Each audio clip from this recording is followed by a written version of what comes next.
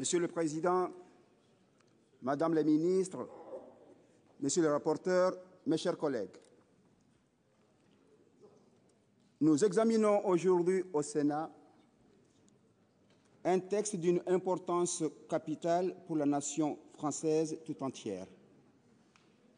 Et à cet instant, je m'interroge sur son opportunité, étant donné qu'il est fortement contesté par la quasi-majorité de nos concitoyens. C'est vous dire, Madame la Ministre, que de nombreuses manifestations d'hostilité à ce projet méritent d'être entendues, car elles se trouvent bien fondées.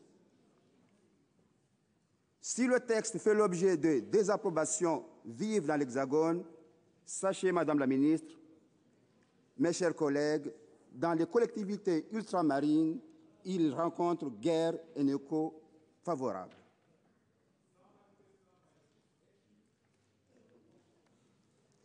Sans manifestants sur 212, et partout dans notre territoire national, si les cris se multiplient pour dénoncer une loi inopportune, dans un climat exacerbé et émaillé de tensions économiques et sociales fortes d'une part, et d'autre part une promesse de campagne qui heurte avec ardeur les valeurs qui fondent notre modèle démocratique. Dans le pacte républicain qui nous unit, je pense qu'il est légitime de reconnaître que les couples entre personnes de même sexe y ont pleinement leur place et la nation doit leur garantir respect et protection. Ceci étant, leur homosexualité ne devrait être un motif de rejet d'aucune sorte par la communauté. Cependant, la notion de mariage civil, telle que préconisée par la législation, suppose l'union d'un homme et d'une femme pour fonder une famille. Ce qui m'amène, mes chers collègues, à attirer une attention particulière sur le cas spécifique de Mayotte, car l'institution du mariage homosexuel ne présente pas la même dimension en métropole que dans les territoires lointains.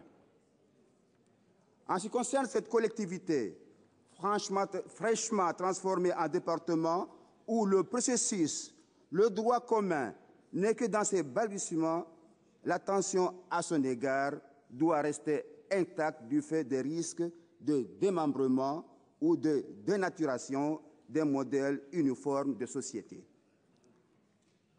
Pour les 2 ans d'anniversaire de la départementalisation, pas plus tard que le week-end dernier, ces territoires et ses habitants ont encore réaffirmé leur adhésion aux principes et aux valeurs qui fondent notre République. Devrais-je vous dire, Madame la Ministre, qu'il ne s'agit nullement d'opposer les principes fondateurs de nos diversités et singularités culturelles à celui d'égalité républicaine, tant sur le plan national que dans nos outre-mer respectifs.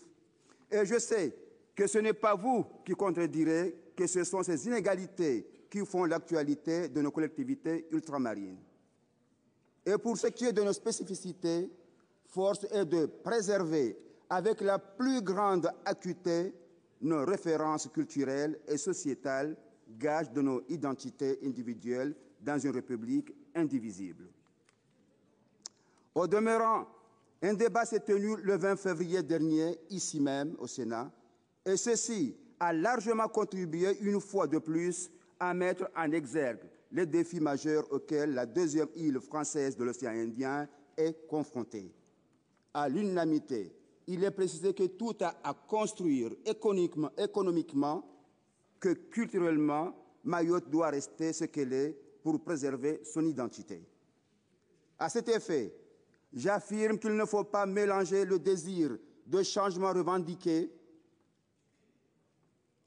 par une minorité de personnes qui vous réclament l'égalité de droits et le danger de mettre en péril nos structures sociétales qui sont enracinées avec constance et ce, en conformité avec nos traditions. Pour cela, permettez-moi tout d'abord d'en dresser quelques observations de forme sur le cas de Mayotte, une collectivité qui est désormais régie par le principe de l'identité législative. Cela suppose que les lois s'y appliquent de la même manière pour tout le monde et sans exception. Or, les inégalités sociales qui existent font que ce territoire est devenu le théâtre de manifestations interminables exprimées légalement par des citoyens qui clament au pouvoir public leur dû. Voyez-vous bien, Madame la Garde des Sceaux, que nos compatriotes mahorais attendent de votre gouvernement des mesures de changement concrètes pour la justice sociale et non des risques de destruction de bases sociétales qui les caractérisent à bien des égards.